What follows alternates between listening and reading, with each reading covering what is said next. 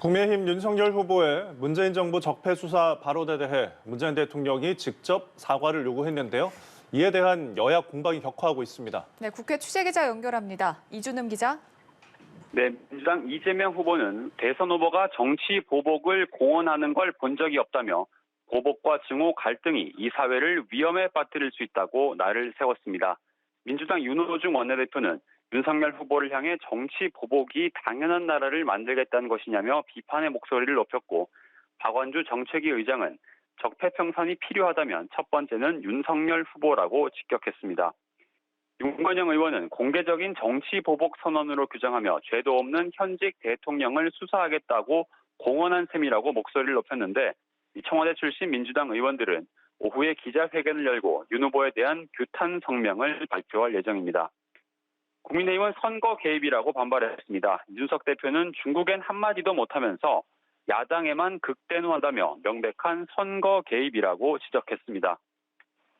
권영세 선대본부장은 범법 행위가 공개된다면 수사를 안 할 수 없지 않냐며 제발 저린 게 있지 않냐고 했고, 이양수 수석 대변인은 윤 후보는 평소 소신대로 검찰의 정치적 중립과 법과 원칙 등 엄정한 수사 원칙을 강조했을 뿐이라고 말했습니다.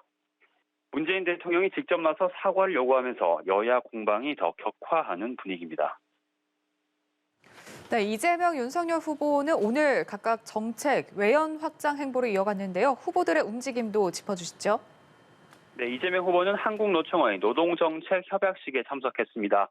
이 한국노총은 지난 8일 임시 대의원 대회를 거쳐 이번 대선에서 이 후보를 지지하기로 했는데요. 이 후보는 이에 대해 감사의 뜻을 밝히고 자신의 노동 친화 정책 구상을 전했습니다. 국민의힘 윤석열 후보는 오늘 오후 재경 전북 도민회 신년 인사회에 참석합니다. 이 전북 지역 공약 이행과 국민 통합 노력 의지를 밝히며 외연 확장에 안간힘을 쓰는 모습인데, 같은 시간대 열리는 김종인 전 총괄선대위원장 출판 기념회에는 참석하기 어려울 것으로 보입니다. 국민의힘은 정책 홍보용 무궁화 열차인 이른바 윤석 열차를 내일부터 2박 3일 일정으로 띄워 충청과 호남 지역 13개 도시를 순회하는데요. 윤 후보는 모레 호남행 열차부터 탑승합니다. 국민의당 안철수 후보는 공식 선거운동에 맞춰 포털 광고와 유세차 계약을 완료했다며 재차 독자 완주 의지를 밝혔습니다. 민주당, 국민의힘과 교감은 따로 없었고, 만약 단일화 실패로 선거에서 패배한다면 그 책임은 큰 정당에 있는 것이라고 했습니다.